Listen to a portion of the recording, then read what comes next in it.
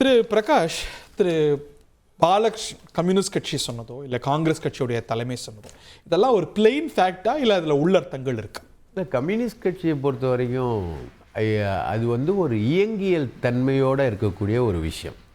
உதாரணத்துக்கு நீங்கள் பார்த்தீங்கன்னா லெஃப்ட் ஃப்ரண்ட்டு வெஸ்ட் பெங்காலில் அங்கே வந்து பெரும்பான்மை பலம் வந்து மார்க்சிஸ்ட் கம்யூனிஸ்ட் கட்சி வந்து பெற்றிருந்தால் கூட அவங்க வந்து ஒரு லெஃப்ட் ஃப்ரண்ட்டுன்னு ஒரு இங்கே வந்து ஃபார்வர்ட் பிளாக்குன்னு சொல்லப்படக்கூடிய கட்சி ஒரு சாதிய கட்சின்ற மாதிரி கூட ஒரு ஐடென்டிஃபிகேஷன் உண்டு, இதுக்கு ஒரு விமர்சன பார்வை உண்டு. ஆனால் அங்கே வந்து அது ஒரு முற்போக்கு குணாம்சத்தோடு இருந்த ஒரு கட்சி. அங்கே அந்த கட்சி உட்பட எல்லாரையும் இணைச்சி ஒரு லெஃப்ட் ஃப்ரண்ட்டை வந்து 27 வருடங்கள் கிட்டத்தட்ட அங்கே வந்து ஒரு கவர்மெண்ட்டை ஃபார்ம் பண்ணியிருக்காங்க. அது வந்து எல்லா முற்போக்கு இயக்கங்களுடைய இயங்கியல் தன்மையில் இருக்கக்கூடிய விஷயங்கள்.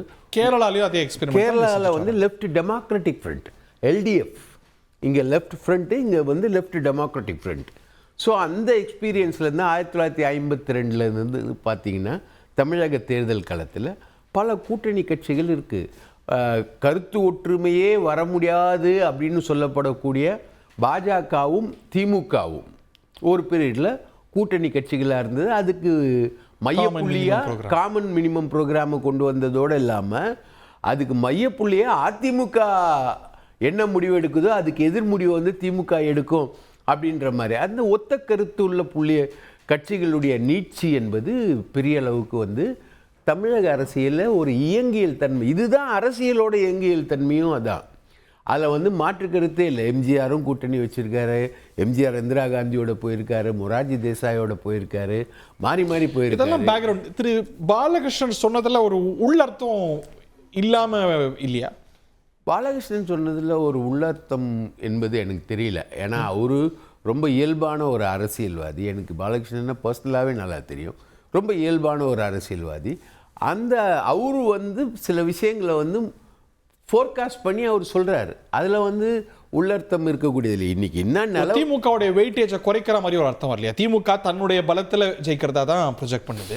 நீங்கள் கூட்டணி இல்லாமல் ஜெயிக்க முடியாது அப்படிங்கும்போது கூட்டணிக்கான வெயிட்டேஜை ரொம்ப கூட்டி காட்டி ஹைலைட் பண்ணுங்க. நீங்கள் இன்னொரு போக்க பாருங்க. அரசியலில் முழுக்க தமிழக அரசியலில் கூட்டணி இருந்திருக்கு, தேர்தலில் கூட்டணியாக போட்டி போட்டிருக்காங்க.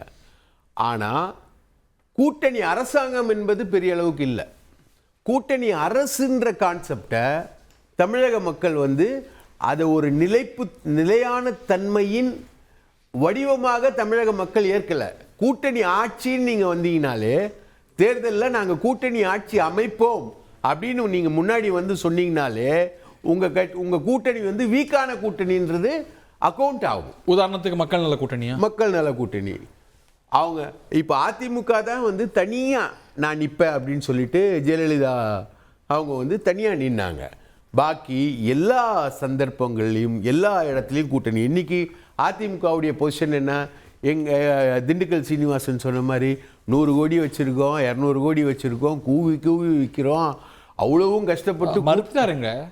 அவர் மறுத்துடலாம், அவள் பேசுனதெல்லாம் இருக்குன்னு வச்சுக்கோங்களேன். அவர் எங்கள் அண்ணன் திண்டுக்கல் அம்மா இருக்காங்க, திண்டுக்கல் பக்கத்தில் இருக்காங்க அம்மா, திண்டுக்கல் பாலபாரதி அம்மா. எங்கள் அண்ணன் எப்படி பேசுவார், யதார்த்தமாக எப்படிலாம் பேசுவாருன்றது தெரியும். ஆனால் குழந்தைவேல் அண்ணன், ரவி குழந்தைவேல் அண்ணனுக்கும் தெரியும். ஸோ அவர் மறுக்கலாம். ஆனால் இன்னைக்கு கூட்டணி கட்சிகளை தேட வேண்டிய நிர்பந்தத்தில் இருக்கக்கூடிய ஒரு கட்சி எது? அதிமுக. ரவி பதில் சொல்லுங்க. பிரகாஷ் சொல்றது வந்து யதார்த்தமாக சொல்கிறார். அதாவது திண்டுக்கல் சீனிவாசன் கொஞ்சம் நகைச்சுவையாக பேசக்கூடியவர், ஒரு கலா ஆய்வுக்கு போகும் வெளிப்படையாக பேசக்கூடியவர் அப்படியே எடுத்துக்கலாம். வெள்ளந்தியாக பேசக்கூடியவர் அப்படியே எடுத்துக்கலாம். எங்கள் அப்பாவுடைய சககால நண்பர். அப்படி பார்த்திங்கன்னா அவர் மித்தவங்க பேசுகிற மாதிரி ஒரு அர்த்தத்தோடு பேச மாட்டார். அது அவங்கள வந்து ஒரு குஷிப்படுத்துறதுக்காகவும் இல்லை ஒரு இன்ட்ரெஸ்டிங்காக ஒரு சீரியஸாக அவங்க போய் உட்காந்துட்டு ஒரு கலா ஆய்வு அப்படின்னு பேசும்பொழுது அவங்களோட அப்படியே கார்னரில் உட்கார வைக்கிற மாதிரி இல்லாமல் ஒரு கேஷுவலாக வர போயிடுறீங்களா நீங்க? அப்படி சொல்லல. அதாவது ஒரு தலைவர்களுக்கும் தொண்டர்களுக்கும் உள்ள தொடர்பு வந்து இயல்பா இருக்கணும். இல்ல அவர் எப்படி பேசினாரோட குணாதிசயங்கள் எல்லாம் இன்னைக்கு அவர் என்ன சொன்னாருங்க, அது என்ன காட்டுது அப்படின்னா இன்னைக்கு நீங்க வந்து டெஸ்பரேட்டா இருக்கிறீங்க அப்படின்னு திரு உதயநிதி அவருடைய ஸ்டேட்மென்ட் பாத்தீங்க. கோய் கூப்பிடுறீங்க. இல்ல அப்படி எல்லாம் கிடையாது. எல்லா கட்சிகளும் தன்னுடைய பலத்தை விட கொஞ்சம் குறைவாக இருக்கிற மாதிரி ஒரு ஃபீல் இருந்தாலோ இல்லை ஒரு சேஃப் கேம் ப்ளே பண்ணணும் அப்படிங்கிற மாதிரி ஒரு ஃபீல், அதாவது எல்லாருமே வெற்றியை நோக்கி தான் போகணும். வெற்றி இல்லாம காட்டுதுன்னு இருக்குல்ல, நீங்க அவர் மறுக்கலாம், but it is on record. இன்னைக்கு வந்து கூட்டணிக்கு வரத்துக்கே காசு கேட்கறாங்க அப்படின்னா, அப்படி காசு கேட்டாங்கன்னா முதல்ல எக்ஸ்போஸ் பண்ணணும். எலெக்ஷன் கமிஷன்ட்டியோ இடிடியோ யாரு கேட்டாங்கன்றது சொல்லணும். இல்ல யார் யார் வாங்கியிருக்காங்க அது அப்பார்ட். இல்ல யார் யார் வாங்கியிருக்காங்க லிஸ்டே வெளியே வந்தது போன வாட்டி. யார் யார் அபிஷியலா வந்து எலெக்ஷன் எக்ஸ்பென்சஸ்க்கு வாங்கியிருக்காங்கன்னு சொல்லி சார் லெஜிட்டிமேட்டா வாங்கலாம் சார், அண்டர் தி டேபிள் தான் வாங்க கூடாது. அண்டர் தி டேபிள் வாங்குனாங்கன்னு அவர் அதை பத்தி எதுவுமே சொல்லல. 50 கோடி 100 கோடி எல்லாம் லெஜிட்டிமேட் கிடையாது. இல்ல அது கரெக்டா, அந்த மாதிரி இல்ல, அவர் சும்மா ஒரு இதுக்காக சொல்லியிருக்காரு. மற்றபடி பாத்தீங்கன்னா நீங்க அபிஷியலா யாரு யதார்த்தத்தை காட்டுதோ. ஆமா, யதார்த்தமா பேசுறது வந்து என்னன்னா அவங்களுக்கு ஒரு நகைச்சுவை உணர்வோடு ஒரு கலந்தாய்வில் வந்து ஒரு சீரியஸாக ரொம்ப இதாக டென்ஷனாக இருக்க வேண்டாம், ரிலாக்ஸாக இருக்கணுங்கிறதுக்காக அவர் நகைச்சுவையாக பேசுகிற மாதிரி தான் எடுத்துக்கணும். ஆனால் திரு உதயநிதி அவர்கள் என்ன சொல்கிறார், இந்த நிலைமை யாருக்கும் வரக்கூடாது. எந்த நிலைமை? 100 கோடி 550 கோடின்னு கூட்டணி கட்சிகள் கேட்குற நிலைமை. அது உதயநிதி சொல்கிறது தான் ஆச்சரியமாக இருக்குது. வேற யாராவது சொன்னால் கூட வித்தியாசமாக எடுத்துக்கலாம். உதயநிதி பேசுவது தான் ஆச்சரியமாக இருக்குது. அதாவது அவர்கள் திமுகவை பொறுத்தவரை கூட்டணி இல்லாமல் அவர்கள் அரசும் இல்லை ஆட்சியும் இல்லை அப்படிங்கிறது தெள்ள தெளிவாக எல்லாருக்குமே தெரியும். உங்களுக்கு கூட்டணியும் இல்லை பெருசா. அது ஏன் அப்படி நீங்கள் நினச்சிட்டு இருக்கீங்க? இட் இஸ் டேக்கிங் டு, அதாவது இன்னும் டைம் வந்து கிட்டத்தட்ட 1 இயர் இருக்கு. 1 இயரில் வந்து எவ்வளோ ஒண்டர்ஸ் நடக்கும். இப்படி தான் நாடாளுமன்ற தேர்தல் போது சொல்கிறீங்க மெகா கூட்டணி. சரி ஓகே, அதில் சில நேரத்தில் ஸ்லிப் ஆகுது. அதாவது எல்லா கட்சியுமே ஆல் த டைம் நீங்கள் ஜெயிச்சிட்டே இருக்காங்கன்னு வச்சுக்கோங்க. அப்போ திமுக மட்டும் தான் ஆட்சியிலே இருக்குது, இல்லை அதிமுக ஆட்சியில் இல்லைங்கிற மாதிரி வந்துடும். ஒரு டைம் அதிமுக வருது, அப்புறம் 10 வருஷம் திமுகவே இல்லை, அப்புறம் திருப்பி அதிமுக வருது. இது வந்து ரொட்டீனாக நடக்கிறது தமிழ்நாட்டில். இந்த மாதிரி தான் நடந்துட்டு இருக்கு. இதை தவிர வேற யாராவது வர்றாங்களான்னு பார்த்தீங்கன்னா கண்டிப்பாக கிடையாது. 2 திராவிட கட்சிகளை தவிர வேற கட்சிகள் கிடையாது. இது ஒரு சைக்கிள் தெரியுதா சொல்ல, திமுகவே கூட்டணி கட்சிகளை நம்பி தான் இருக்கு அப்படிங்கிறாரு. நீங்க கொஞ்சம் புஷிங் அபவுட் த வெயிட் அப்படின்னு பேச ஆரம்பிச்சிட்டீங்களோ? இதான் வாய்ப்பு, நீங்க நிறைய கட்சிகள் வந்திருக்கு அப்படின்னு. ஆமா ஆமா யதார்த்தம் தான் அப்படின்னு என்டாஸ்லாம் பண்ணி பேசியிருக்கிறீங்க. யதார்த்தமாக பேசுறது வேற, ஏதோ அர்த்தமாக பேசுறது வேற. இன்னைக்கு உண்மை என்ன அப்படின்னு பார்க்கணும்.